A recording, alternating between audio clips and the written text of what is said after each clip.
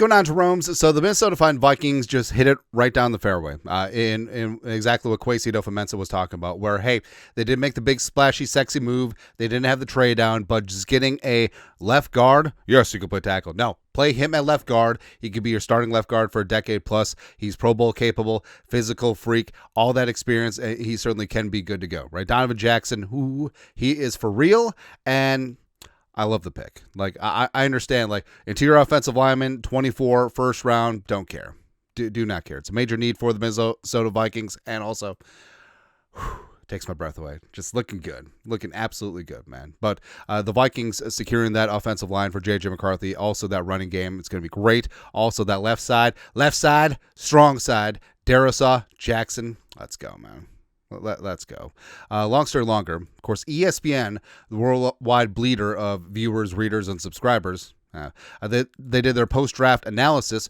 2025 NFL Draft experts. I feel like there should be quotes around experts. Debate best and worst picks, classes, etc. And for the Vikings, they did get a favorite pick. So Field Yates, ESPN, longtime fantasy football guy, but also definitely heavy in the draft. Hey.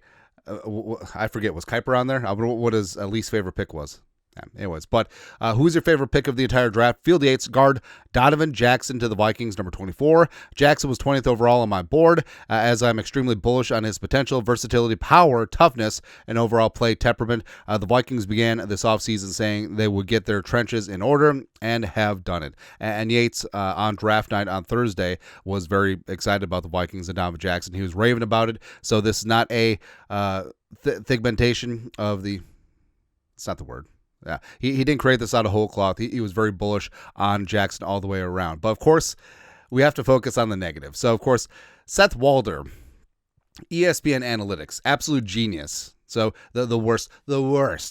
This is what we talked about. The worst was the Falcons trading up for James Bruce Jr. Surrendering a future first-round pick to move up for a non-quarterback is almost always bad business, but it's a particularly poor move for the Falcons. That's because Michael Penix Jr. has 3 career starts, so there are plenty of worlds where the Falcons gave up a top 10 or even top 5 pick in this deal, and then, of course, just has to, catch the Vikings with some strays. I'll also throw the Vikings in here because they could have made a deal with the Falcons or Giants and trade out of the first round. Minnesota needed more picks. Now, where are Seth Walder's sources that says that the offer was on the table from the Falcons and or the Giants to the Vikings at 24? Well, where is that? Also, if the I know that there's a lot of consternation. Well, the Vikings could have traded down, got down with Jackson later. Now, 0.00000% chance that Donovan Jackson, Houston native, former teammate of C.J. Stroud at The Ohio State, was getting by the Texans in 25. Ultimately, they traded down with the Giants. Then Giants came up for Jackson Dart.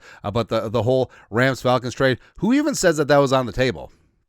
Right? Hey, if we're just making things up, well, Kwesi actually turned down 4 first-round picks, as well as David G.D. Putney for Donovan Jackson. Since we're just making stuff up. Again, if the name sounds familiar, Seth Walder, ESPN Analytics, taking a very passive-aggressive shot at the Vikings.